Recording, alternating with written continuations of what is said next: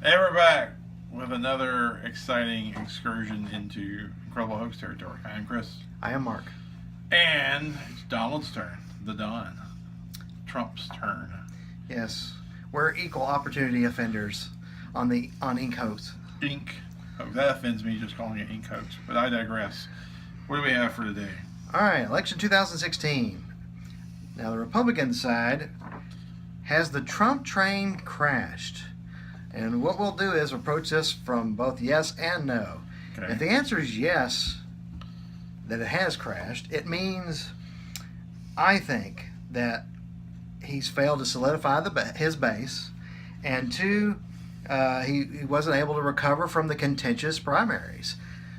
A lot of hurt feelings out there. Okay, if the answer is no, to if the Trump train hasn't crashed, then I think it means there's a lot of undecided voters out there that are they're not thrilled about Hillary or the Donald, and they're like, we're going to wait after Labor Day, and we'll even check out the debates. And so it may not be the end maybe the sky is not falling, and maybe people shouldn't put too much faith just yet in the polls, but we'll see. Your thoughts? I don't think the train is derailed. I think the speed has changed a little bit, not in the speed they want it to be. They'd like to be in high-speed rail right now, and they're still kind of chugging along here. I think the perception has changed. I think he's doing what he's been doing all along. I think he's been the same Donald that he has been. I think it's just getting more serious. I think the media... Yeah. I hate to say this, but the media's outsmarting him right now. They're taking... He's like, oh, but you said this.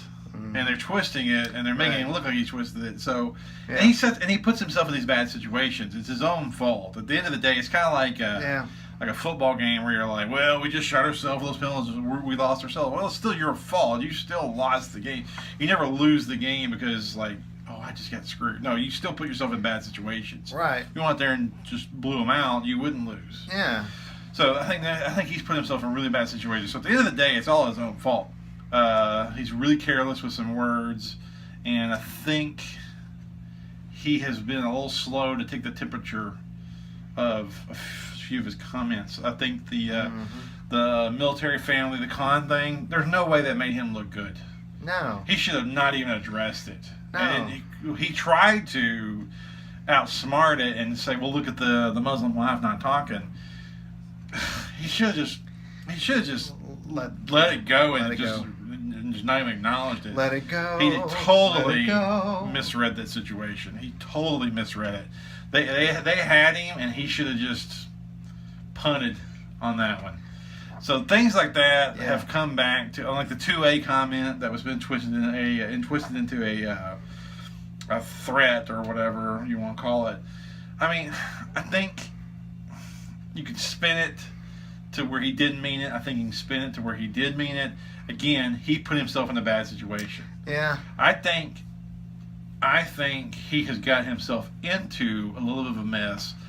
But the good news is I think he can get himself back out. If he goes back to the old Don, the Donald Trump that we fell in love with when the debates first started, if he can get that guy back, I think he still has a shot. It's just, can he or will he? So his ego, I swear, is I think win, lose, or draw, that there's going to be a lot of books and essays and whatnot analyzing the Trump candidacy.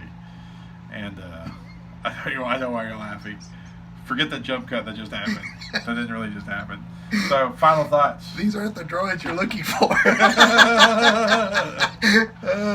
Jedi mind trick. I think he's got time to turn around.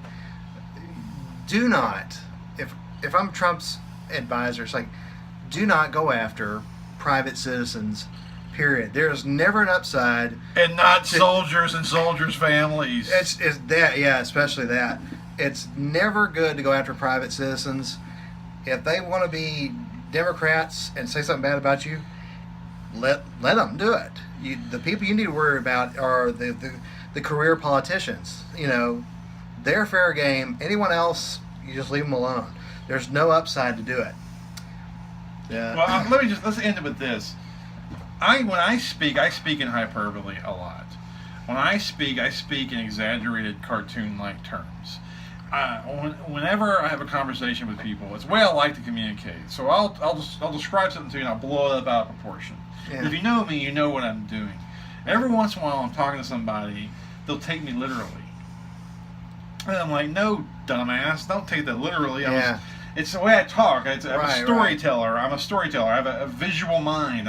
I'm blowing it up I'm turning it into a cartoon. I'm turning it into an epic movie. Yeah. The story I'm trying to tell you. Right. So I speak in hyperbole and whatnot, and largesse, and I think Donald Trump does that at times.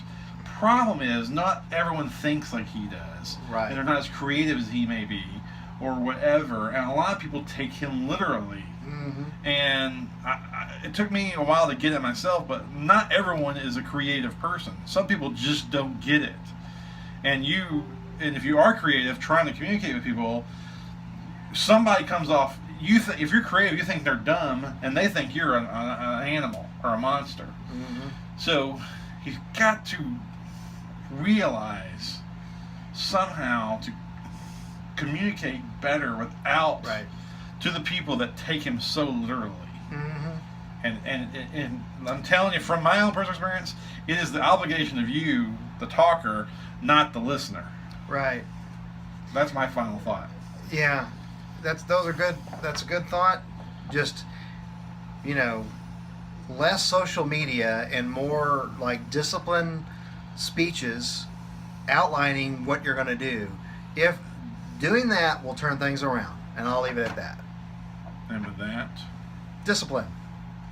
or lack thereof, adieu.